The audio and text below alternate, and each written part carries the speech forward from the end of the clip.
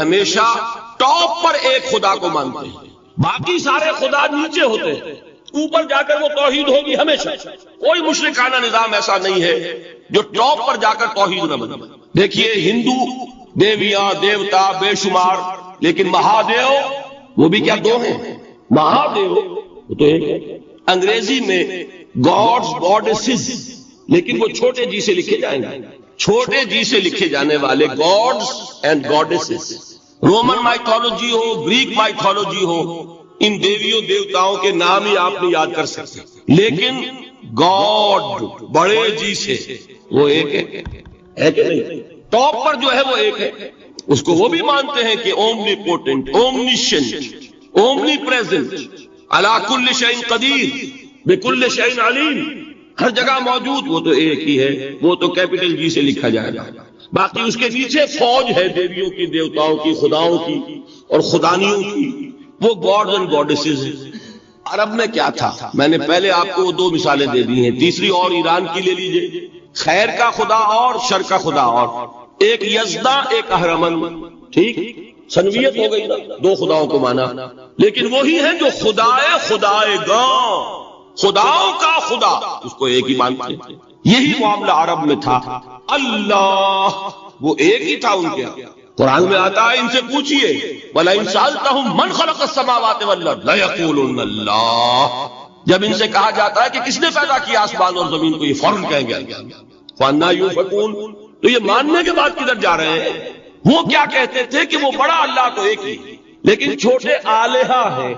آلہہ اور اللہ میں وہی فرق ہے جو کیپٹل جی کا گاڈ اور چھوٹے جی سے گاڈز اینڈ گاڈیسز، وہی فرق ہے کہ جو مہادیو اور دیویوں اور دیوتاؤں میں ہے، وہی وہاں تھا۔ اللہ وہ ایک اور سپریم، سب سے بالا تر، اس سے اوپر کوئی نہیں، تخلیق میں اس کا کوئی ساجی نہیں، لیکن اس نے کچھ آلہہ ہیں جنہیں کچھ اختیارات تقسیم کیے ہوئے، کچھ اس کے لاڈلی ہستیاں ہیں جو سفارش کر سکتی ہیں۔ بس یہ شرک تھا مشرکین مکہ کا۔ بات سمجھ رہے ہیں؟ اس کا جائزہ لیں گے تو آپ کو، اور جو آج شرک کی اقسام میں بیان کروں گا اس کو ہاتھ میں لیں گے تو کسی موحد کا تلاش کرنا مشکل ہو جائے گا۔ ڈھونڈ اب ان کو چراغ رخ زیبا لے کر۔ آج جن کا نام مسلمان ہے ان کی اکثریت کسی نہ کسی نوع کے شرک میں مبتلا ہے۔ اب آئیے اقسام شرک۔ اقسام شرک میں بھی وہی کیفیت ہے جو نفاق کے بارے میں میں نے عرض کی تھی کہ ایک تقسیم یہ ہے جو علماء نے کی ہے، ایک ہے عقیدے کا نفاق، ایک ہے عمل کا نفاق۔ اسی طرح ایک ہے عقیدے کا شرک، ایک ہے عمل کا شرک۔ عقیدے میں نہیں ہے، عمل میں ہے۔ ایک تقسیم آپ نے سنی ہوگی شرک جلی، شرک خفی، ایک ہے ننگا شرک، کھلم کھلا شرک، ایک ہے چھپا ہوا شرک جو نظر نہیں آتا۔ لیکن ایک مغالطہ اپنے دل سے نکال دیجئے، بعض لوگ شرک خفی کو شرک نہیں سمجھتے، یہ بہت بڑی غلطی ہے۔ اگر وہ شرک نہ ہوتا تو حضور اسے شرک نہ کہتے، کوئی اور لفظ۔ عربی زبان کا دامن جو ہے محدود نہیں ہے، پھر اس کے لیے کوئی اور لفظ اختیار فرمایا جاتا ہے وہ شرک۔ لیکن ایک شرک ہے جلی جو نمایاں ہے، نظر آ رہا، ایک ہے شرک خفی جو نظر نہیں آ رہا۔ اور وہ کتنا خفی ہو سکتا ہے اس کی ایک مثال دی حضور نے۔ شرک خفی اتنا خفی ہو سکتا ہے، ذرا مبالغہ دیکھیے جو حضور نے بات کو سمجھانے کے لیے مثال میں جو مبالغہ اختیار فرمایا۔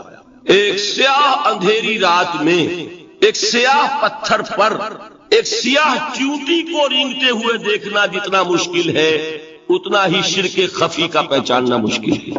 بتائیے، آپ نے فرمایا انا افصح العرب، میں عرب کا فصیح ترین انسان ہوں، اس سے آگے کوئی مثال دی جا سکتی؟ اندھیری رات، تاریک رات، پتھر سیاہ، چیونٹی سیاہ، کون دیکھ سکتا؟ جتنا اس کو دیکھنا ناممکن ہے اتنا ہی شرک خفی کا پہچاننا مشکل ہے۔ گویا کہ اس سے تو اللہ ہی بچائے گا تو انسان بچے گا۔ ایک آخری بات تمہیداً اور عرض کر دوں، پھر میں چلوں گا اقسام پر۔ میری جو باتیں آپ کے سامنے آئی اس سے ایک منطقی نتیجہ نکلتا ہے۔ کوئی شخص اگر حقیقتاً شرک سے بچ جائے، واقعتاً شرک سے بچ جائے، ہر قسم سے بچ جائے، اس سے بھی اوپر کوئی انسان ہوگا۔ گویا کہ یہ آخری منزل ہے، یا یوں کہیے کہ جس شخص کے بارے میں اللہ تعالیٰ یہ مان لے کہ میرا یہ بندہ شرک سے بری ہے، اس سے بڑی سند کوئی ہے؟ دی ہائیسٹ ٹیسٹیمونیل، سب سے بڑی سند، سب سے بڑی تعریف جو بندے کی ہو سکتی ہے وہ کیا ہے؟ یہ مشرک ہے۔ یہی وجہ دیکھیے آپ قرآن مجید میں حضرت ابراہیم کے ذکر میں دیکھیں گے، ابراہیم کا مقام کیا ہے؟ خلیل اللہ، ابو الانبیاء، امام الناس، تین نسبتیں ہیں، تینوں بڑی عظیم۔ اللہ کے ساتھ نسبت کیا ہے؟ خلیل، واتخذ اللہ ابراہیم خلیلا۔ ابو الانبیاء، کتنے نبی ہیں ان کی نسل میں؟ اسحاق اور اسماعیل سے چلیے، پھر یعقوب اور یوسف، اور پھر چلیے موسیٰ اور ہارون، اور پھر چلیے سارے انبیاء بنی اسرائیل کے حضرت عیسیٰ، پھر یہاں تک کہ محمد رسول اللہ کس کی اولاد ہے؟ ابراہیم کی، ابو الانبیاء۔ اور نمبر 3، انی جاعلک للناس اماما، امام الناس۔ اور قرآن میں جو سب سے بڑی سند انہیں دی جاتی ہے وہ کیا؟ وما کان من المشرکین، وہ ابراہیم مشرکین میں سے نہیں تھے۔ معلوم ہوا کہ یہ سب سے بڑی سند ہے، سب سے بڑا سرٹیفکیٹ ہے، سب سے بڑا ٹیسٹیمونیل ہے جو اللہ کی طرف سے کسی کو مل جائے۔ میں جو اقسام شرک بیان کرنا چاہتا ہوں تو میری تقسیم ذرا مختلف ہے۔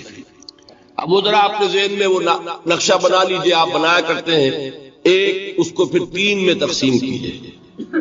شرک کی 3 بڑی بڑی قسمیں ہیں۔ شرک فی الذات نمبر 1، شرک فی الصفات نمبر 2، شرک فی الحقوق نمبر 3۔ اور یہ میں عرض کر دوں آپ سے پہلے ہی، یہ مضمون بہت طویل ہے، میں آج صرف یہ کروں گا کہ خاکہ مکمل کر دوں۔ اب اس خاکے میں رنگ بھرنا، وہ تو ایک موضوع پر شرک فی ذات پر پوری تقریر ہونی چاہیے، شرک فی صفات پر ہونی چاہیے۔ ایک گھنٹے کے میرے 6 کیسٹ ہیں اللہ کے فضل و کرم سے، جو کئی سال سے وہ پھیل رہے ہیں۔ 6 گھنٹے میں نے ان چیزوں کو بیان کیا، وہ موجود ہوں گے، لیکن آج وہ خاکہ ذہن میں بنا لیجیے اور کچھ آپ کو الجبرے کے فارمولے ہاتھ میں آ جائیں تاکہ خود آپ میں صلاحیت پیدا ہو جائے پرکھنے کی کہ اس فارمولے کو اپلائی کر کے دیکھ لیں یہ شرک ہے یا نہیں۔ یہ 2 کام تو میں انشاءاللہ آج کر دوں گا، آپ مطمئن رہیں۔ باقی یہ کہ تفصیل تو ہر سلسلے میں تفصیل پھر بہت ہوگی، وہ شوق ہو تو وہ کیسے صاف۔ تو 3 تقسیمیں ہو گئی۔ شرک فی ذات، اللہ کی ذات میں کسی کو شریک کر دینا، یہ سب سے زیادہ نمایاں، سب سے زیادہ جلی، سب سے زیادہ عریاں، اور اللہ تعالیٰ کو سب سے زیادہ مبغوض اور ناپسند شرک۔ شرک فی صفات نمبر 2، یہ ایک علمی مسئلہ ہے جس میں آدمی ٹھوکر کھا جاتا ہے اگر محتاط نہ ہو، بڑے سے بڑے آدمی کو ٹھوکر لگ جائے گا۔ اس کا میں فارمولہ صرف آپ کو دوں گا، وہ ذہن میں رکھ لیجئے، پھر جہاں چاہیں اپلائی کیجئے، انشاءاللہ تعالیٰ آپ کو ٹھوکر نہیں لگے گی۔ شرک فی الحقوق، اسی کا دوسرا نام شرک فی العبادت ہے۔ اللہ کا حق کیا ہے بندے پر؟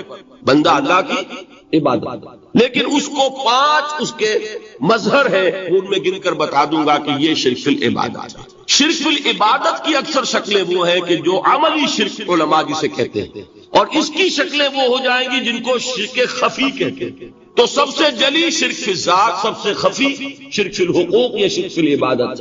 درمیان میں ایک علمی اعتبار سے مسئلہ ہے شرک فی الصفات کا۔ اب آئیے سب سے پہلے شرک فی الذات، اس کی 2 قسمیں، اب اس کو تقسیم کیجئے 2 میں۔ ایک قسم جو زیادہ جلی ہے، زیادہ عریاں ہے، زیادہ ننگی ہے، یہ عجب ستم ظریفی ہے تاریخ کی کہ وہ ان قوموں میں پیدا ہوئی جو اپنا تعلق رسولوں سے جوڑتی ہیں۔ کیا کہ کسی کو خدا کا بیٹا بنا دینا، بیٹی بنا دینا۔ اب ظاہر بات ہے بیٹا بیٹی بنا دینا بالکل ہم پلہ کر دیا کہ نہیں؟ نو وہی ہو گئی کہ نہیں؟ دیکھیے غور کیجیے، گدھے کا بیٹا گدھا ہوگا، گھوڑے کا گھوڑا ہوگا، خدا کا خدا ہوگا۔ انسانوں میں آ جائیے، سید کا بیٹا سید ہوگا، مغل کا بیٹا مغل ہوگا۔ یہ بالکل ہم کفو بنا دینے والی بات، بالکل ہم پلہ، ہم جنس، ہم نو، یہ بدترین شرک۔ اور آپ کو معلوم ہے یہ شرک کن میں پیدا ہوا؟ یہود کے ایک گروہ میں پیدا ہوا جنہوں نے حضرت عزیر کو خدا کا بیٹا قرار دیا۔ قالت الیہود عزیر ابن اللہ۔ سب سے زیادہ پیدا ہوا عیسائیوں میں جنہوں نے حضرت مسیح کو خدا کا بیٹا قرار دیا۔ اور واقعہ یہ کہ اس گمراہی میں ان سے آگے کوئی نہیں جا سکتا۔ ان بدبختوں نے یہاں تک صراحت کی ہے کہ مسیح خدا کا صلبی بیٹا ہے، اس لیے کہ 2 لفظ آتے ہیں، ایک ہوتا ہے ابن، ایک ہے ولد، ان میں ذرا فرق ہے۔ ابن کا لفظ عربی زبان میں کسی اور سینس میں بھی استعمال ہوتا ہے۔ ابن السبیل کسے کہتے ہیں؟ مسافر کو۔ تو کیا وہ مسافر اور کیا وہ رستے کا بیٹا ہوتا ہے، سبیل کا بیٹا؟ ابن الوقت کسے کہتے ہیں؟ اپارچونسٹ۔ ابن الوقت کوئی اصول نہیں، گنگا گئے تو گنگا رام اور جمنا آئے تو جمنا داس، یہ کیا ہے؟ ابن الوقت۔ لیکن ابن کے معنی جو ہے وہ بیٹے کے بھی ہے، تو تعویل ہو سکتی ہے۔ لیکن انہوں نے ولد کہا. ولد کسے کہتے ہیں؟ سلفی بیٹے. یہ بدترین شرک ہے. یہی وجہ ہے کہ قرآن مجید میں آپ دیکھیں گے کہ جتنا غضب اللہ کا ان پر بھڑکا ہے اس عقیدے پر. وَيُنذِرَ الَّذِينَ قَالُوا اتَّخَذَ اللَّهُ وَلَدًا. یہ قرآن نازل ہوا ہے محمد پر صلی اللہ علیہ وسلم تاکہ وہ خبردار کریں انہیں جنہوں نے یہ کہا ہے کہ اللہ نے کسی کو بیٹا بنایا. یہ سورہ کہف میں ہے، اور اگلی سورت سورہ مریم میں تو ایسا غضب اللہ کا ظاہر ہوتا ہے. وَقَالُوا اتَّخَذَ الرَّحْمَنُ وَلَدًا لَقَدْ جِئْتُمْ شَيْئًا إِدًّا تَكَادُ السَّمَاوَاتُ يَتَفَطَّرْنَ مِنْهُ وَتَنشَقُّ الْأَرْضُ وَتَخِرُّ الْجِبَالُ هَدًّا أَن دَعَوْا لِلرَّحْمَنِ وَلَدًا وَمَا يَنبَغِي لِلرَّحْمَنِ أَن يَتَّخِذَ وَلَدًا. انہوں نے کہا کہ رحمان نے کسی کو بیٹا بنایا. تم بہت بڑی گستاخی کی بات کر رہے ہو. تمہاری اس گستاخی کی وجہ سے آسمان پھٹ پڑنے کو ہے، زمین شق ہو جانے کو ہے، اور قریب ہے کہ پہاڑ ایک دھماکے کے ساتھ گر جائیں. کہ انہوں نے خدا کے لیے بیٹا تصنیف کر دیا. حالانکہ اللہ رحمان اس کی شان اس سے بہت بلند و بالا ہے کہ اس کے کوئی بیٹا ہوتا. اس کی وجہ بھی سمجھ لیجئے کہ بیٹے کی ضرورت کسے ہوتی ہے؟ جو خود فانی ہو. کیوں ہے آپ کو طلب بیٹے کی؟ ہم نہ ہوگے ہمارا نام زندہ رہے گا. یہ ایک اٹرنل ہونے کی خواہش ہے، انہیرنٹ. نام چلے گا، اسی لیے بیٹی سے آدمی سمجھتا ہے کہ نام نہیں چلتا. یہ طلب جو ہے بیٹے کی کیوں؟ بیٹے سے نسل چلتی ہے. اس کی ضرورت کس کو ہے؟ جو خود فانی ہے. وما ينبغي للرحمن ان يتخذ ولدا، جو خود باقی ہے ہمیشہ کے لیے، اس کو کوئی احتیاج. تو آپ نے بات سمجھ لی. میں بہت مختصر بات کروں. اسی طریقے سے حضرت ابراہیم کی نسل سے تھے جو مکے کے لوگ اور عرب کے لوگ، بنی اسماعیل، جو موحد کامل تھا ابراہیم، جس کو اتنی مرتبہ سند ملی وما کان من المشرکین. ان کی نسل میں وہ لوگ تھے جنہوں نے فرشتوں کو خدا کی بیٹیاں بنا دیا. یہ جو ان کی دیویاں تھیں یہ مؤنث، لات، عزا، منات، یہ سب کیا مؤنث نام ہے. انہوں نے یہ کہا کہ فرشتے جو ہیں وہ خدا کی بیٹی. اصل میں عقیدہ کیسے ہوتا ہے؟ انہوں نے کہا بڑے لاڈلے ہیں، لاڈلی ہوتی ہے بیٹی بہت زیادہ، تو یہ خدا کی بیٹیاں ہیں. ہوتے ہوتے ان کا یہ عقیدہ ایسا پکا ہوا کہ بجائے استعارے کے اب انہوں نے حقیقت بنا دیا یہ خدا کی بیٹی. ان پر قرآن مجید نے کئی جگہ پر ذرا ایک لطیف انداز میں تنزیہ پیرائے میں بھی کہا ہے کہ بھائی تم نے خوب کیا. انہوں نے الاٹ کیا تو بیٹا تو کیا، تم نے اللہ کو الاٹ کی تو بیٹیاں کی جو تمہیں خود پسند نہیں. الکم البنون، تمہارے لیے بیٹے ہو، وَلَهُ الْبَنَاتُ، اور اس کے لیے بیٹی. تو یہ تو ذرا ایک لطیف انداز ہے، تنزیہ پیرایا ہے. لیکن ان تینوں کو اب آپ ایک جگہ کر لیجئے. بیٹا بیٹی قرار دینے کا شرک یہ کیا ہے؟ شرک فی الذات، ہر اعتبار سے اللہ کا مثل بنا دینا، ہم کف بنا دینا، ہم پلہ بنا دینا، ذات میں شریک کر دینا. یہ بدترین شرک ہے. یہی وجہ ہے دیکھیے قرآن مجید کی عظیم ترین سورت کون سی ہے؟ سورہ اخلاص، جو ایک تہائی قرآن کے مساوی حضور نے قرار دیا. جس نے سنو سے قرآن کے مساوی، وہ در حقیقت اسی شرک کی نفی پر ہے. قل هو اللہ احد اللہ الصمد لم یلد ولم یولد ولم یکن لہ کفوا احد. یہی آیا اس میں سورہ بنی اسرائیل کی آیت آخری میں نے سنائی تھی. وقل الحمد للہ الذی لم یتخذ ولدا، کہو کہ کل شکر اور کل تعریف اس اللہ کے لیے جس نے کسی کو اپنا بیٹا بیٹی نہیں بنایا. ولد دونوں پر جاتا ہے، اولاد جیسے آپ کہتے ہیں، اولاد بیٹا بیٹی شریک ہوتے ہیں، نہ اس کا کوئی بیٹا نہ اس کا کوئی بیٹی، نہ وہ جنا گیا نہ اس نے کوئی جنا. ایک قسم تو یہ ہوئی شرک فی الذات کی. دوسری قسم کیا ہے؟ یہ ان مذاہب میں ہوئی ہے جو نبیوں اور رسولوں کی طرف نسبت نہیں رکھتے بلکہ فلسفیانہ مذاہب ہیں. ہندوستان کے اکثر مذاہب فلسفیانہ ہیں. فلسفیانہ مذاہب میں یہ شرک فی الذات کس شکل میں پیدا ہوا؟ دو شکلیں پیدا ہوئی، ایک ہمعوس اور ایک حلول. حلول کیا ہے؟ اللہ نے کسی انسان کے اندر اپنے آپ کو حل کر دیا، انسانی شکل میں وہ خود ظاہر ہو گیا. اوتار کا عقیدہ، انگلش میں گاڈ انکارنیٹ. عیسائیوں میں بھی حضرت مسیح کو گاڈ انکارنیٹ بھی قرار دیا گیا. خود خدا نے یہ شکل اختیار کیا. رام چندر جی ہو، کرشن جی مہاراج ہو، کیا ہے؟ یہ اوتار ہے.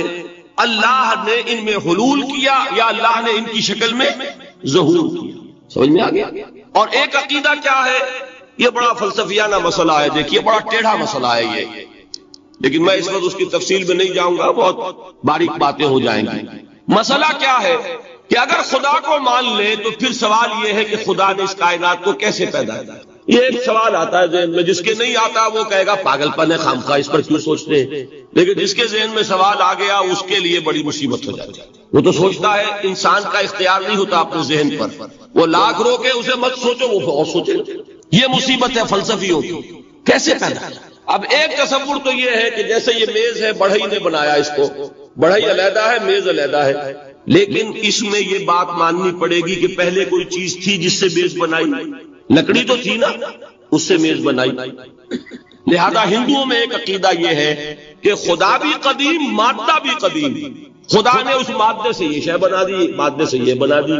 وہی مٹی کی تغاری ہوتی ہے، کمہار اس سے کوئی رکابی بنا دیتا ہے، کوئی وہ ہنڈیا بنا دیتا ہے، کوئی گھڑا بنا دیتا ہے، مٹی تو ہے نا پہلے۔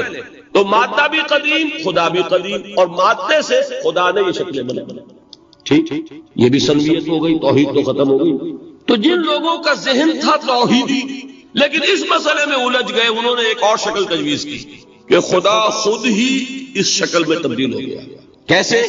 جیسے برف پگھلتی ہے تو پانی بن جاتا ہے۔ پانی کہاں سے آیا؟ برف سے۔ اب کوئی پوچھے برف کہاں ہے؟ بھائی یہی پانی ہے، یہی برف ہے یا نہیں؟ اسی پانی کو آگ کے اوپر آپ نے رکھ دیا، وہ بھاپ بن گئی۔ اب آپ کہیں برف کہاں ہے، پانی کہاں ہے؟ یہی بھاپ جو ہے یہی در حقیقت پانی ہے، یہی بھاپ جو ہے یہی برف ہے۔ یہ ہے وہ ہماؤس پینتھیزم جس کو انگریزی میں کہتے ہیں، کہ خود خدا نے روپ دھار لیا اس کائنات کا۔ یہ دو فلسفے ہیں۔ کیا ہے یہ؟ بدترین شرک۔ پہلی، اگر شکل ہے تو وہ انسان خدا قرار پا گیا، جس کو اوتار مانا وہ خدا ہو گیا کہ نہیں؟ اور دوسری شکل میں تو ہر چیز ہی خدا ہے، یہ بھی خدا، یہ بھی خدا، پتھر بھی خدا، درخت بھی خدا، ہر چیز خدا۔ اس لیے کہ وہ برف پگھلی ہے تو پانی بنا ہے۔ وہ پانی چاہے زیر زمین آ رہا ہے، وہ پانی چاہے زمین کے اوپر دریا کی شکل میں آ رہا ہے، یا زمین میں سوتے چل رہے ہیں، پانی تو وہی برف ہے جو پہاڑوں پر ہمالیہ پر پڑا ہوا، وہی پگھل رہا ہے، یہ کچھ بن رہا۔ یہ ہے شرک فی الذات کی دوسری قسم جو دنیا میں رہی، پینتھیزم اور انکارنیشن، یا حلول اور ہماؤس۔ سمجھ میں آ گیا؟ اب میں ایک بات آپ سے عرض کروں گا، اللہ کا اس امت پر بہت بڑا فضل ہے جس کا آپ کو شکر ادا کرنا چاہیے۔ اس نوع کے شرک سے یہ امت 15ویں صدی شروع ہو جانے کے باوجود تاحال بحیثیت مجموعی محفوظ ہے۔ میں نے بحیثیت مجموعی کہا ہے، کوئی افراد یا عوام الناس یا جوہلاء یا شعراء یا نعت گو وہ مبالغہ آرائی میں کوئی بات کہہ دیتے ہو تو وہ علیحدہ بات ہے، لیکن مسلمانوں میں کوئی مستند فرقہ اور اس کے جو مستند عقائد ہیں ان میں الحمدللہ آج تک ایسی کوئی چیز شامل نہیں۔ اس کا جب آپ تقابل کریں گے، آپ کا کیا خیال ہے عیسائیوں کو حضرت مسیح سے کتنی محبت تھی؟ اس کا تقابل کیجئے جو محبت مسلمانوں کو رہی حضور کے ساتھ، عیسائیوں کی محبت عشر عشیر نہیں بنے گی۔ اس محبت کے باوجود کہ ہمیں 10 گنا 100 گنا 1000 گنا زیادہ محبت ہے حضور کے ساتھ، لیکن دیکھیے کہ انہوں نے خدا کا بیٹا بنا دیا۔ یہاں کسی نے حضور کے بارے میں یہ بات آج تک کہی؟ یہ بہت بڑا کنٹراسٹ ہے۔ یہ در حقیقت عقیدت اور محبت کا غلو ہوتا ہے۔ تو عقیدت اور محبت کی کمی تو یہاں بھی نہیں، الحمدللہ ان سے زائد ہے، لیکن الحمدللہ ثم الحمدللہ ثم الحمدللہ خدا کا بیٹا تو کسی نے نہیں بنایا۔ اچھا، میں ایک اور کنٹراسٹ آپ کو دکھاتا ہوں تاکہ آپ اللہ کا شکر کریں۔ حضرت علی کی کیا نسبت ہے حضور کے ساتھ؟ نبی اور امتی۔ حضرت علی کو خدا کہنے والے پیدا ہوئے کہ نہیں؟ بتائیے نا، کیا وجہ ہے کہ علی کو خدا کہنے والے پیدا ہوئے لیکن محمد کو خدا کہنے والا پیدا نہیں ہوئی صلی اللہ علیہ وسلم رضی اللہ تعالی عنہ؟ بہت اہم بات ہے، غور کیجیے۔ حالانکہ حضرت علی کا رتبہ کہاں، حضور کا کہاں؟ آج بھی آپ دیکھیے، آپ کے جاہل عوام کے زبان پر نعرہ یا علی مدد کا ہوتا ہے، یا محمد مدد کسی نے کہا آج تک؟ یہ یا محمد لکھنے کے کام آتا ہے، صرف وہ مسجد پہ لکھ دو تاکہ پتہ چل جائے یہ فلاں فرقے کی مسجد ہے، دوسرا خود ہی بھاگ جائے وہاں سے۔ یہ صرف کس کام کے لیے ہے؟ باقی جہاں اصل میدان میں بات آتی ہے، کوئی نعرہ لگاتا ہے یا محمد مدد، محمد کا رتبہ اونچا یا علی کا، تو ان سے کیوں نہیں مدد مانگی؟ یہ سوالات آپ کے سامنے رکھ رہا ہوں۔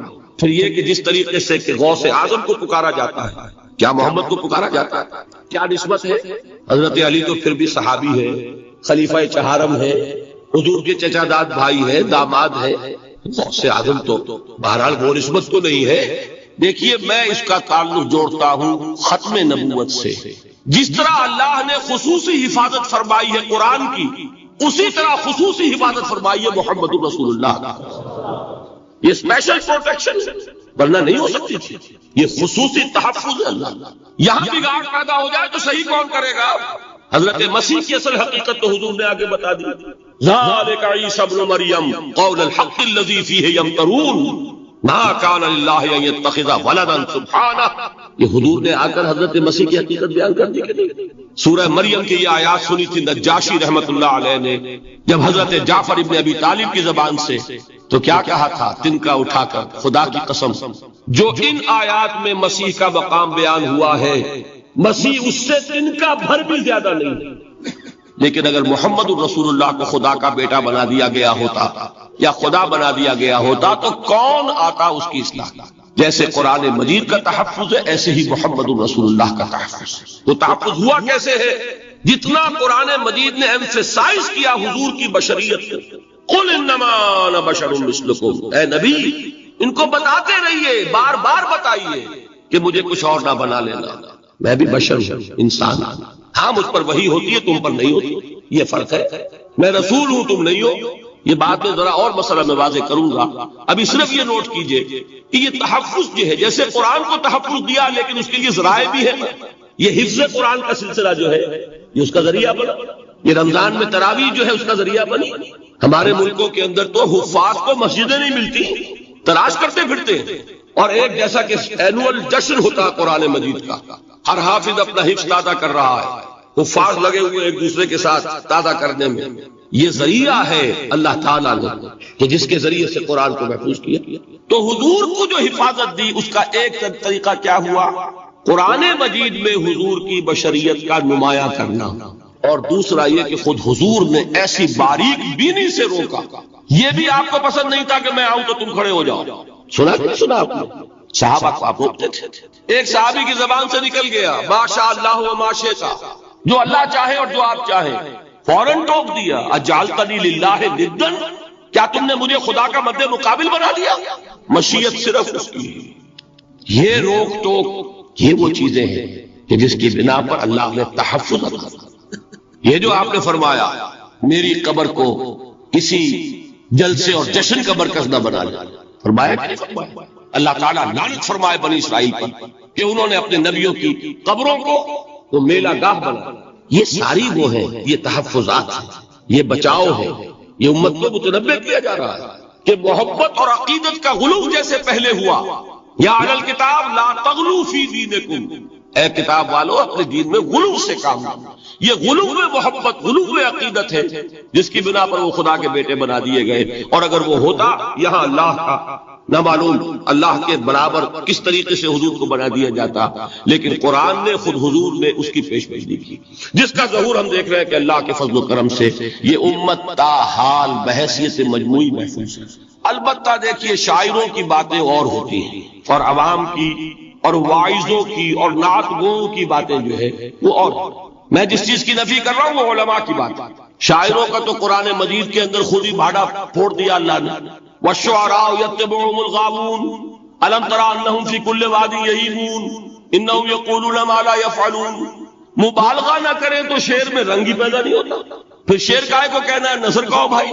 مبالغے سے اس میں ایک تاثیر، وہ مبالغے ہمارے شاعروں نے ہمارے نعت گوؤں نے کیے ہیں، اور اس میں اللہ تعالیٰ انہیں معاف کرے بالکل اوتار کر الفاظ بھی استعمال کر دیے.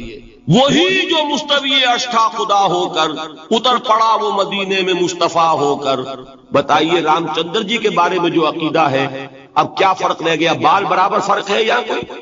اور نقطے پیدا کرتے ہیں. مدینے کی مسجد میں ممبر کے اوپر بغیر عین کا ایک عرب ہم نے دیکھا. کیا سمجھ میں آیا؟ عرب میں سے عین نکالا، کیا بنا؟ یہ نقطہ آفرینی ہے. اسی طریقے سے ہماری شاعری میں کچھ ہموست کا رنگ بھی پیدا ہو گیا. خود کوزاؤ، خود کوزا کرو، خود گلے کوزا، خود رند صبح کش، خود برسر کوزا خریدار بے آمد بشکست و رواں شد. وہ خود ہی کوزا ہے، خود ہی مٹی ہے جس سے کوزا بنا ہے، خود ہی کوزے کا بنانے والا ہے. سمجھ رہے ہیں؟ الفاظ تو بڑے پیارے ہیں، بڑے مزیدار ہیں. آدمی ایک دفعہ وجد میں آ جاتا ہے. لیکن ہے کیا وہی ہے نا کہ وہی جو برف تھا پگھل کر پانی بن گیا. خود کوزاؤ خود کوزا کرو، خود گلے کوزا خود رندے صبح کش، خود ہی اس کوزے میں شراب ڈال کے پیتا بھی ہے، خود ہی مٹی ہے، خود ہی وہ بنانے والا ہے، خود ہی کوزا ہے، خود ہی اس میں شراب ڈال کے پیتا بھی ہے، اور خود ہی اس کوزے کو توڑ کر اپنا راستہ بھی لیتا ہے. اب آپ اس پر سر دھنیے اور جو چاہے کریں، لیکن یہ کہ اس کا ڈانڈے مل گئے کہ نہیں اسی اماؤس سے. لیکن یہ کسی مفتی کی بات ہے کیا، یا کسی ائمہ دین میں سے کسی کا قول ہے؟ بھائی شاعروں کی باتیں سن لیا کریں، اللہ اللہ خیر سے. ان چیزوں کا بہت زیادہ سختی کے ساتھ نوٹس بھی لینے کا کوئی فائدہ نہیں ہوتا. بات وہ ہونی چاہیے کہ جو علماء کہہ رہے ہیں مستند عقائد جو ان کی کتابوں میں درج ہے ان سے بات کریں. تو یہ چیزیں، یہ گمراہیاں آئی ہیں، لیکن الحمدللہ ثم الحمدللہ کہ یہ عوام میں ہے، جہلاء میں ہے، شعراء میں، نعت گوؤں میں ہے. یہ کسی بھی مستند دینی فرقے کے مستند علماء میں ہم موجود. البتہ ایک مسئلہ جو ہے نور اور بشر کا، وہ ذرا تھوڑا سا میں حل کر دوں. آج آپ سمجھ رہے ہوں گے لا ینحل ہے. میں نے جس طرح کہا تھا کہ امام بخاری کا قول بھی 100% درست اور امام ابو حنیفہ کا بھی 100% درست ثابت کیا کہ نہیں، اسی طرح میں کہتا ہوں جو حضور کو بشر کہتے ہیں وہ بھی 100% درست، جو حضور کو نور کہتے ہیں وہ بھی 100% درست. مطلب کیا ہے؟ دیکھیے ہر انسان کے وجود کے دو حصے میں نے پہلے دن شاید کچھ بیان کیا تھا.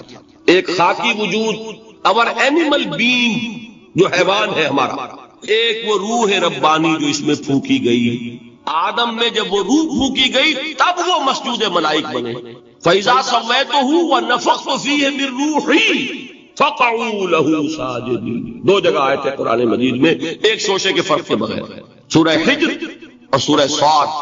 جب میں اس کو پوری طرح تیار کر لوں اور اس میں اپنی روح میں سے پھونک دوں تو گر پڑنا اس کے سامنے سجدہ. ہمارا جو خاکی وجود ہے وہ ظلمانی ہے، اور جو ہمارا روحانی وجود ہے وہ نورانی ہے.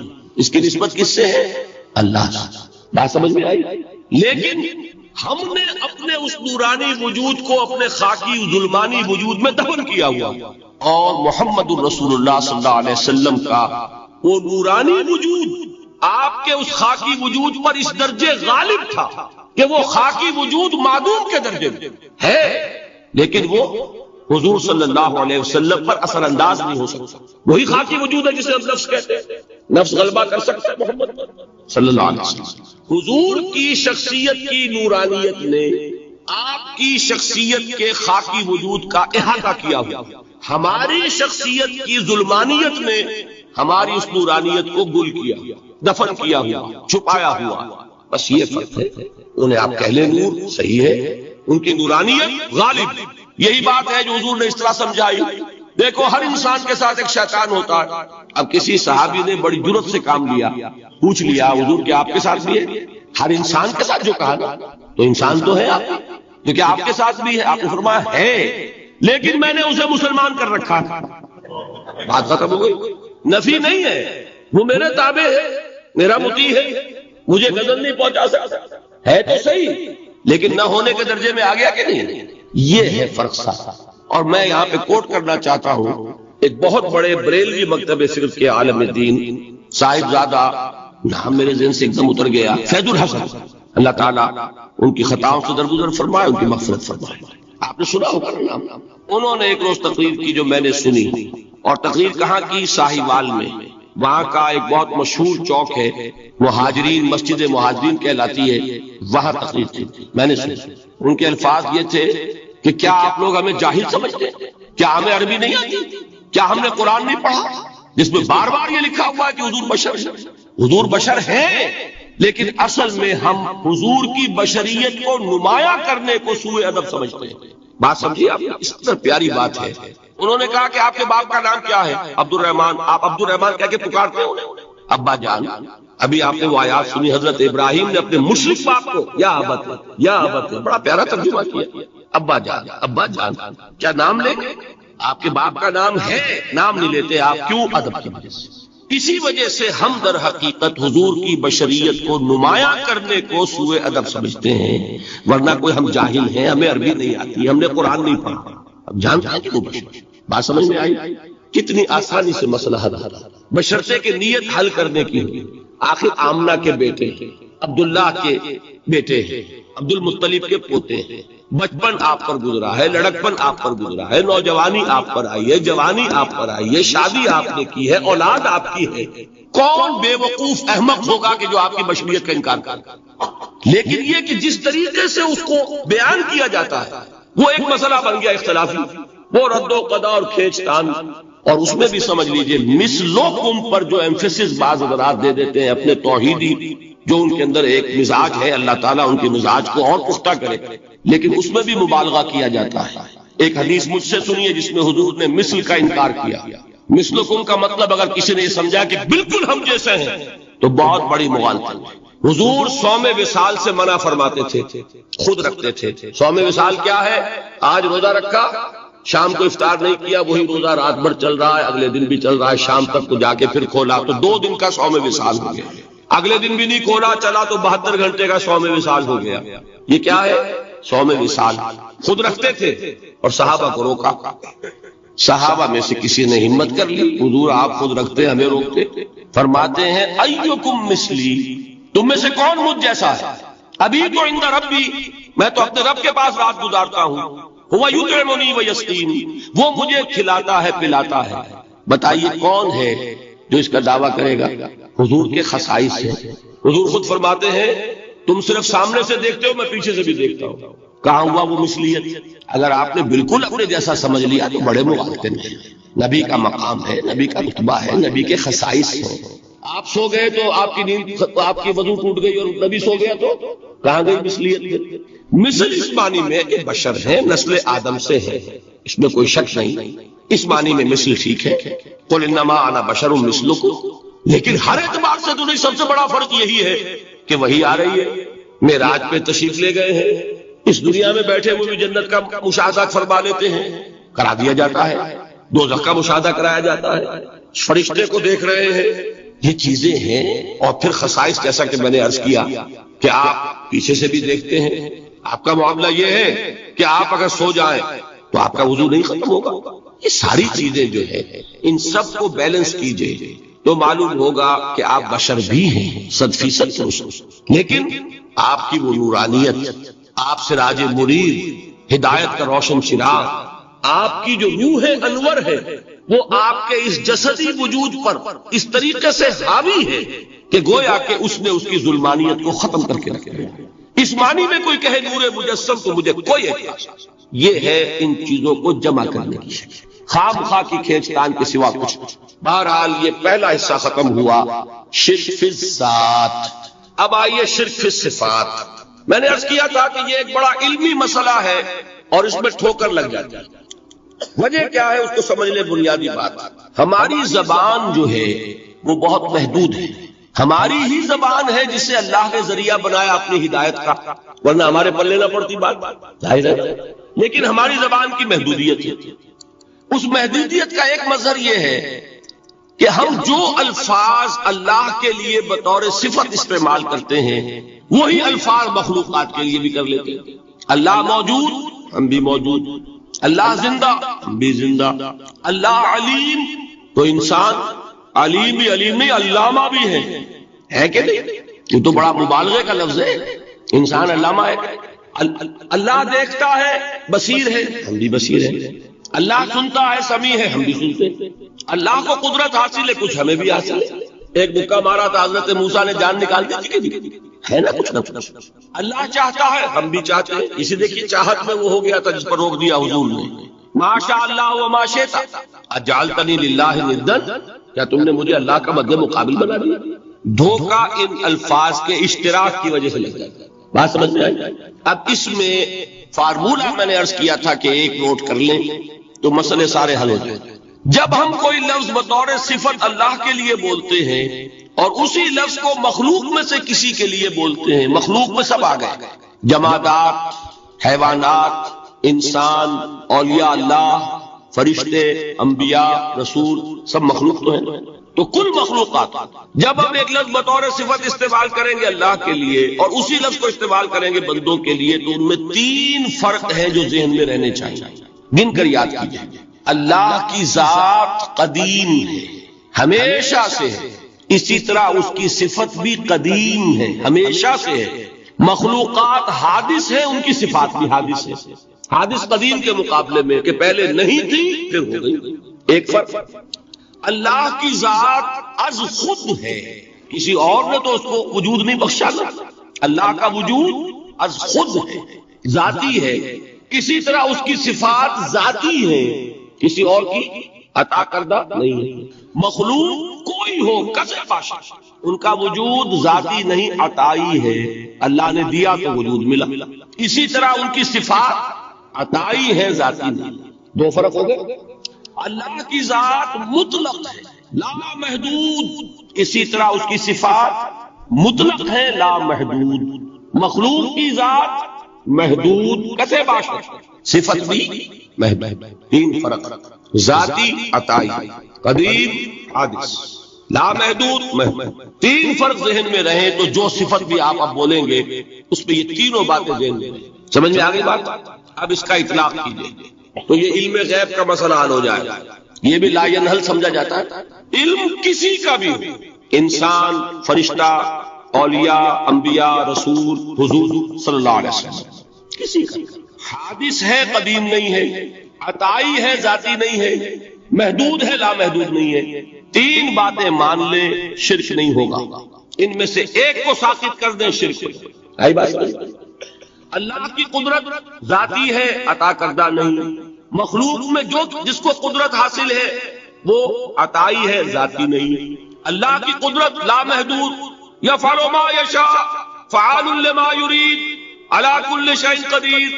ہم مخلوق کوئی بھی ہو اس کی قدرت محدود، اللہ کی قدرت جب سے وہ ہے ہمیشہ سے ہے، ہمیشہ سے قدرت بھی ہے، اور مخلوق میں سے قدرت یہ حادث ہے۔ تینوں چیزیں سامنے رہیں، شرک نہیں ہوگا۔ ایک چیز کی بھی کمی ہو گئی، شرک ہو جائے گا۔ یہ ساری صفات پر لے اللہ کی حیات ذاتی، ہماری عطائی، لائی حیات آئے، قضا لے چلی چلے، اپنے بس میں نہ آنا تھا نہ جانا ہے، زندگی اس کی عطا کردہ ہے، جب چاہے لے لے۔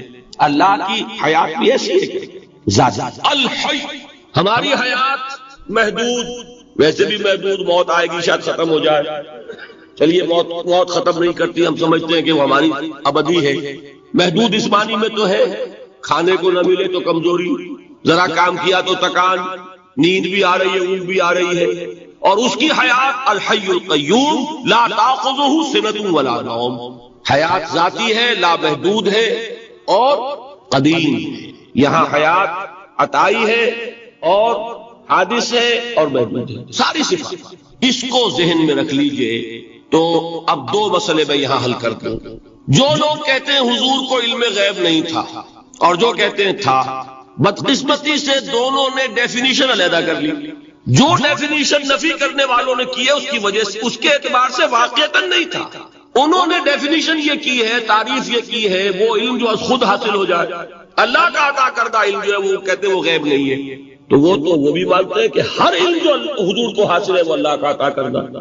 میں صاحب عالم میں یہ سارے مرحلے میں نے طے کیے نا اپنے زمانہ طالب علم میں۔ مولانا منظور احمد شاہ صاحب ہیں ساہیوال میں ایک، میں ان کے پاس حاضر ہوں۔ میں نے کہا جی یہ مسئلہ کیا ہے علم غیب کا، مجھے ذرا سمجھائیں۔ انہوں نے ایک کتاب اپنی نکالی کہ دیکھیے صاحب، ہم حضور کے علم کے بارے میں یہ باتیں مانتے ہیں۔ حضور کا علم حادث ہے، قدیم نہیں ہے۔ حضور کا علم محدود ہے، لا محدود نہیں ہے۔ حضور کا علم عطا کردہ ہے، ذاتی نہیں ہے۔ میں نے کہا یہ تین باتیں اگر آپ مان لیں تو میرا تو جھگڑا کوئی نہیں آپ سے۔ ہوتا کیا ہے جب آئیں گے وعظ میں، خطابت میں، تو عالم ما کان وما یکون، اب الفاظ وہ استعمال کر جائیں گے۔ ایک واعظ ہے، عام مقرر ہے، واہ واہ ہوتی ہی نہیں، نعرے لگتے ہی نہیں، محفل میں گرمی آتی نہیں جب تک کہ ایسے مبالغے نہ کریں۔ لیکن وہ چیز لکھی ہوئی ان کے ہاں ہے کہ حضور کا علم حادث ہے، قدیم نہیں ہے۔ حضور کا علم محدود ہے، لا محدود نہیں ہے۔ حضور کا علم عطائی ہے، ذاتی نہیں ہے۔ ان تینوں چیزوں کے بعد کوئی بڑے سے بڑا وہابی اور بڑے سے بڑا اہل حدیث بھی انکار نہیں کرتا۔ باقی یہ بات جان لیجئے کہ غیب اور حضور یا شہادہ یہ در حقیقت عام انسانوں کے اعتبار سے الفاظ استعمال ہوئے۔ جب قرآن میں کہا جاتا عالم الغیب والشہادہ، اللہ غیب اور جو ظاہر ہے یا موجود ہے سب کا جاننے والا ہے، تو مجھے بتائیے اللہ کے لیے کوئی غیب ہے؟ اللہ کے لیے کوئی شے غیب ہے تو کیوں کہا جا رہا ہے عالم الغیب والشہادہ؟ وہ ہمارے اعتبار سے کہا جا رہا ہے، جو تمہارے لیے غیب ہے اللہ اس کو بھی جانتا ہے، اور جو تمہارے سامنے اللہ اسے بھی جانتا ہے۔ اللہ کے لیے تو کل شہادہ ہے، کسی شے کا لا یعزب عنہ مثقال ذرۃ فی السماوات والارض، آسمانوں اور زمین کا ایک ذرہ بھی اس سے غائب نہیں ہوتا۔ غیب کا وجود کیا اللہ کا؟ تو یہ الفاظ مستعمل ہے ریلیٹو ہمارے اعتبار سے، اور ہمارے اعتبار سے جو شے غیب ہے اس میں سے ایک حصہ اللہ دیتا ہے نبی کو، تبھی تو نبی بنا، اور پھر پہلے رسول حضرت ان کی تفسیر جو تورات میں آئی ہے وہ یہ ہے کہ 650 برس تک تو یہ دعوت دیتے رہے، دعوت دیتے رہے، دعوت دیتے رہے، قوم اڑی رہی اڑی رہی اڑی رہی اڑی، اس کے بعد وہ قوم ختم کر دی غرق۔ اس کے بعد بھی 300 برس تک حضرت نوح جو ہے ان لوگوں کے ساتھ رہے۔ اب جو مسلمان بچ گئے تھے، اب ان سے ایک نئی تہذیب، نیا تمدن، نئی قوم جو ہے اس سے ابھری ہے، تو ان کی تربیت، ان کا تزکیہ، ان کی تنظیم، ان کی تعلیم، اس کا فریضہ بھی حضرت نوح علیہ السلام نے 300 برس تک، یہ تورات کے اندر قرآن میں۔ پھر جعلناہا، اچھا ایک بات اور نوٹ کر کے، کیونکہ عالمین کہا ہے، تمام جہان والوں کے لیے ہم نے نشانی دی، تو حضرت نوح علیہ السلام کا ذکر ہندوستان میں جو ان کے بڑے بڑے اسکرپچرز ہیں ان کے اندر ایک شخص گزرا ہے ابھی ماضی قریب میں، ڈوبائس لکھیں گے، لیکن یہ کہ فرینچ تھا اور فرانسیسی زبان میں آخری لفظ جو ہے وہ بولتا ہے ڈوبائی، تو جیسے مورس بوکائے، حالانکہ بوکیل اگر پڑھیں گے انگریزی میں تو وہ مورس بوکیل بنتا ہے، لیکن وہ مورس بوکائے۔ یہ شخص 40 برس تک ہندوستان میں، اور اس نے ہندوؤں کے اسکرپچرز کے جو مقدس جو صحیفے ہیں، کتابیں، وہ اس نتیجے پر پہنچا کہ منو جو ایک بزرگ شخصیت جس کا ذکر ہے ہندوؤں کے ہاں، منو یہ مہانو تھے، مہانو بہت بڑے نو، مہا کا لفظ جو ہے ہندی میں بڑے، آتما روح، مہاتما بہت بڑی روح، مہاتما وہ بہت ہی اونچی روحانی شخصیت، بھارت، مہابھارت، ہر ہندو کے دل میں جو لکھا ہوا ہے کہ مہابھارت مبارک آئی، یہ پورا پاکستان، ایسٹ پاکستان، یہ سب نیپال، بھوٹان، سری لنکا، یہ سب ہندوستان کے اندر مدغم ہو کر مہابھارت قائم۔ تو مہانو سے وہ نوح بن گیا ہے، اور جو ان کی منو سمرتی ہے وہ در حقیقت حضرت نوح کی وہ شریعت تھی جو انہوں نے اپنے قوم کو منو سمرتی۔ واللہ اعلم، میں یہ سمجھتا ہوں چونکہ اس میں یہ ہے کہ مہانو جو ہے ایک بڑا ہڑ آیا تھا، بہت بڑا سیلاب آیا تھا، تو کشتی میں سے جو لوگ بچے تھے ان میں سے کچھ یہاں بھی، تو اس حوالے سے محسوس ہوتا ہے کہ ان کی بات ٹھیک۔ دوسری طرف عیسائی پادریوں کی دیکھا دیکھی ہندوؤں کی باسی کڑی میں بھی ابال آ گیا۔ آؤ نا ہم بھی سیر کریں کوہ طور کی، مسلمان اس وقت دبے ہوئے تو ہیں، ذرا ہم بھی کچھ اپنا غصہ نکال لیں۔ اور مسلمانوں پر ان کا تبلیغی حملہ 2 صورتوں میں ہوا، ابھی اس کو سمجھنے کی ضرورت ہے۔ عیسائیت والی بات میں ٹرانزینٹ پیریڈ تھا، ان کا وہ ایگریسو دور تو ختم ہو گیا، اگرچہ ابھی تک مشنریز ہیں، کام کر رہے ہیں بے تحاشا۔ پاکستان میں تو جتنا فروغ ہوا ہے آزادی کے بعد اس کا 100واں حصہ بھی پہلے نہیں تھا، لیکن اصل میں پورے ہندوستان کے اعتبار سے اب غور کیجئے تو یہ ہندوؤں کا حملہ مسلمانوں پر 2 مختلف شکلوں میں ہوا ہے۔ ایک خالص رجعتی اور تنگ نظرانہ انداز میں مخالفت، مسلمانوں پر حملہ، نفی، اعتراضات، قرآن پر، حضور کی سیرت پر حملے، رقیق حملے۔ دوسرے قدر وسیع المشربی کے رنگ اور ترقی پسندانہ انداز۔ آپ اس کو یوں کہہ سکتے ہیں کہ ایک ہے زہر دے کر مارنا، ایک ہے گڑ کھلا کے مارنا۔ وسیع المشربی، یہ تمام دین ایک ہی ہے، کیا فرق پڑتا ہے؟ یہ تنگ نظری نہیں ہونی چاہیے، اور تو اسلام تو خود کہتا ہے لا اکراہ فی الدین، کیوں ان چیزوں کے اندر جھگڑا جائے؟ بس جو چیزیں سب کے نزدیک مشترک ہیں، کامن ڈینومینیشن جو ہے اس کو نکال لو، اس میں سے جو چیزیں مشترک ہیں، سچ بولو، جھوٹ نہ بولو، کم نہ تولو، وعدہ خلافی نہ کرو، بس یہ ہے اصل ایسنس آف دین۔ کیا فرق پڑتا؟ یہ وہی فلسفہ جو اکبر کا تھا، یا جو اس وقت بھکتی تحریک نے جو ڈیفنس اپنا کیا تھا، ہندوازم کا defence against the onslaught of Islam. ان میں سے پہلے کا حشر تو اگرچہ عیسائی مشنریوں کے انجام جیسا ہی ہوا، لیکن جس طرح کوئی بخار جاتے جاتے مریض کے لیے کوئی اذیت بخش چیز چھوڑ دیتا ہے، جسے عام گھریلو زبان میں بخار کا بوتنا کہتے ہیں، یہاں پہ کوئی چھالے نکل آئے، کچھ اور ہو گیا، یہ ہمارے ہاں کی کولوکیل لینگویج میں کہتے ہیں بخار بوٹ گیا، بخار تو چلا گیا، یہ لعنت چھوڑ گیا۔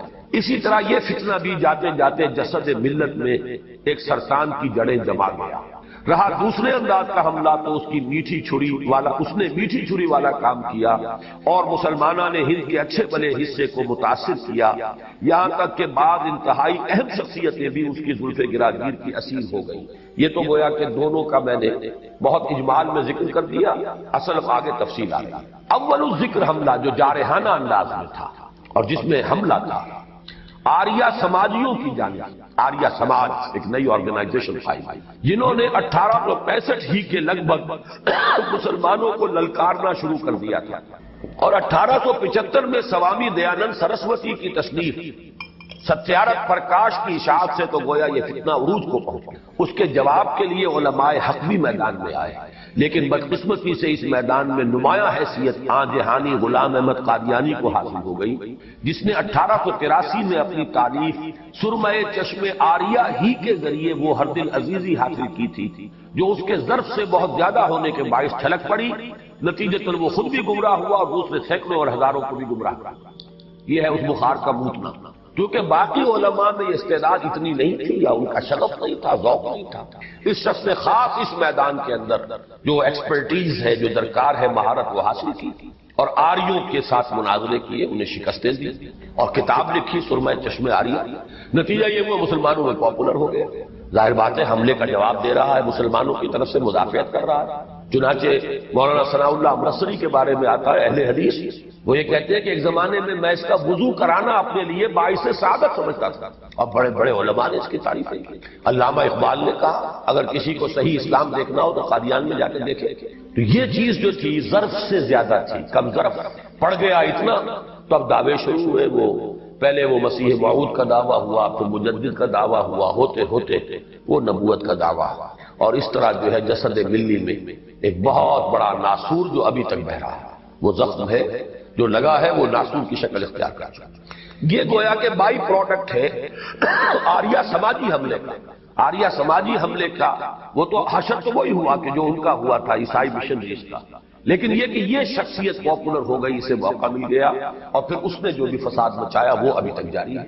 یہ آریہ سماج تھا، یہ برہم سماج جس کی تاسیس 1816 میں راجا رام موہن رائے نے کی تھی۔ اس کی پیدائش ہے 1770، وفات ہے 1833، یعنی آپ تاریخوں کو جوڑتے جائیے۔ 1770 یعنی شاہ ولی اللہ کے انتقال کے 7 برس بعد پیدا ہو رہا ہے، اور فوت ہوا ہے 1833 میں، یعنی واقعہ فاجعہ اور حادثہ جو ہے بالا کوٹ کا اس کے 2 برس بعد۔ یہ کنٹمپریری ہسٹری کا ایک نقشہ۔ عجیب بات یہ ہے کہ یہ انتہائی ذہین و فطین اور عالم و فاضل شخص بھی پہلے اسلام اور مسلمانوں کی جانب سے مدافعت کرتے ہوئے ہی سامنے، چنانچہ اس نے مسلمانوں کو عیسائی مشنریوں کے حملے سے بچانے کے لیے تحفۃ الموحدین تصنیف کی، فارسی زبان میں موحدین کا تحفہ، اور اس طرح مسلمانوں میں ہر دل عزیزی حاصل کر لی، تثلیث کی نفی، عیسائیت کی تردید، توحید کا اس بات۔ تو ظاہر بات ہے مسلمانوں کے اندر ہر دل عزیز ہو گیا۔ بعد میں یہ شخص اپنشدوں کا پرچارک، ہندوستان کی عظمت و سرفت پارینہ کا نقیب اور ہندی نیشنلزم کا علم بردار بن کر سامنے آیا۔ انڈین نیشنلزم در حقیقت ذہن اس شخص کے ذہن کی پیداوار ہے، اور گاندھی سب سے زیادہ متاثر جو ہوا ہے وہ اس شخص سے، اس کی تحریروں سے، اس کے افکار سے۔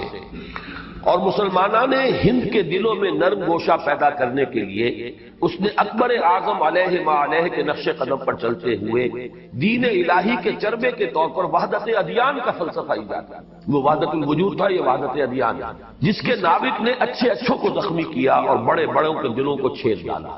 واقعہ یہ ہے کہ انڈین نیشنل کانگریس کی پوری تحریک کسی ایک شخص کے ذل اور بروز کی حیثیت ہے۔ ذل سائے کو کہتے ہیں، بروز ظہور کو کہتے ہیں، بڑا ظاہر ہو جانا۔ ایک ہی شخص کا سایہ اور اس کا ظہور ہے، مظہر ہے، ایکسٹینشن ہے۔ یہ پوری انڈین نیشنل کانگریس کی تحریک ہے، اور گاندھی جی کی شخصیت پر سب سے گہری چھاپ اسی کی نظر آتی ہے۔ یہ عجیب مماثلت ہے کہ جس طرح راجا جی نے اسلام اور مسلمانوں کی مدافعت میں تحفۃ الموحدین تالیف کی، اسی طرح گاندھی جی نے مسلمانوں کی تالیف قلب کے لیے تحریک خلافت میں حصہ لیا، اس میں شمولیت اختیار کی۔ کہاں گاندھی، کہاں خلافت، کیا تعلق؟ اور وحدت ادیان کے فلسفے کو اتنا اچھالا کہ مولانا ابوالکلام آزاد مرحوم جیسی عظیم اور نابغہ شخصیت بھی اس کی زلف گراگیر کی اسیر ہو گئی۔ نابک نے تیرے سید نہ چھوڑا زمانے۔ یہ ذرا کنٹروورشیل معاملہ ہے. مولانا ابوالکلام آزاد کے بعض معتقدین اس کی شدت سے نفی کرتے ہیں، لیکن بعض لوگ بڑی شدت کے ساتھ، اور ان میں بہت مخلص لوگ بھی ہیں، وہ کہتے ہیں کہ یقیناً وہ برہمو سماج سے متاثر تھے، وحدت ادیان کے قائل ہو گئے تھے. مولانا اصلاحی صاحب تو ایک مرتبہ بہت ہی ناراض ہوئے تھے مجھ پر، جب میں نے کچھ مولانا ابوالکلام آزاد کی کچھ تعریف نصاب میں کی تھی. جس زمانے میں وہ سرپرست تھے تو انہوں نے یہ الفاظ کہے تھے بہت سخت کہ کون نہیں جانتا کہ اس شخص کی موت برہمو سماج پر ہوئی، یعنی کہ گویا کہ ان کے نزدیک مولانا ابوالکلام آزاد حالت امتداد میں فوت ہوئے. اتنا غصہ تھا ان کے اس جو برہمو سماج پر موت ہوئی. لیکن بہت سے لوگ اس کی نفی کرتے ہیں. ایک تو یہ کہ قرین قیاس معلوم ہوتا ہے کہ جب مولانا ابوالکلام آزاد وہ جو ہم پڑھ چکے ہیں کہ بدل ہوئے ہیں 1920 میں علماء کے طرز عمل سے، اس کے بعد پھر انہوں نے کانگریس میں شمولیت اختیار کی بات آتا، تو ظاہر بات ہے کہ گاندھی کی شخصیت بہت پرزور شخصیت ہے، زوردار، اس سے اثر پڑتا تھا لوگوں پر، ان کی فکر پر، سوچ پر. تو کوئی عجب نہیں ہے کہ کچھ تاثر جو ہے مولانا ابوالکلام آزاد نے لیا ہو.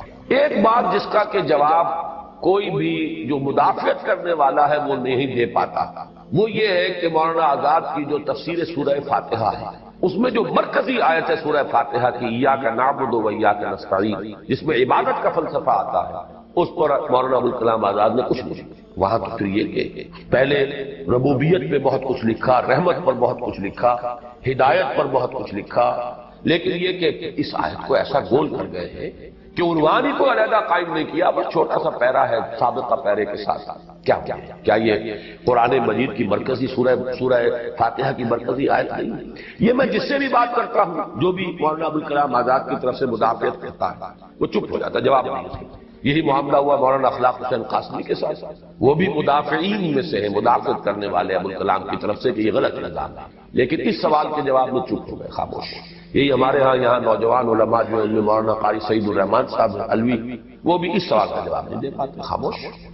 تو معلوم یہ ہوتا ہے. اسی لیے دیکھیے میں نے بارہا جو اپنی تقریروں میں کہتا ہوں کہ میں جب ابوالکلام کا نام لیتا ہوں وہ ابوالکلام صرف 1912 سے 1920 والا ہے. بعد کے ان کے سیاسی نظریات، بعد کے ان کے مذہبی، اگر یہ تصور صحیح ہے، میں نے تو اب ظاہر بات ہے میں ریسرچ ورکر نہیں ہوں، وہ تو اللہ نے ایک وہ 1920 والے واقعے کی ریسرچ مجھ سے زبردستی کرا دی کہ مولانا یہ اپنے پروفیسر چشتی صاحب کا ایک جملہ میں لکھ کر اور مجرم بن گیا، پکڑا گیا، لہذا مجھے پھر چھانبین کرنی پڑی، ورنہ میں تو کوئی ریسرچ ورکر تو نہیں ہوں.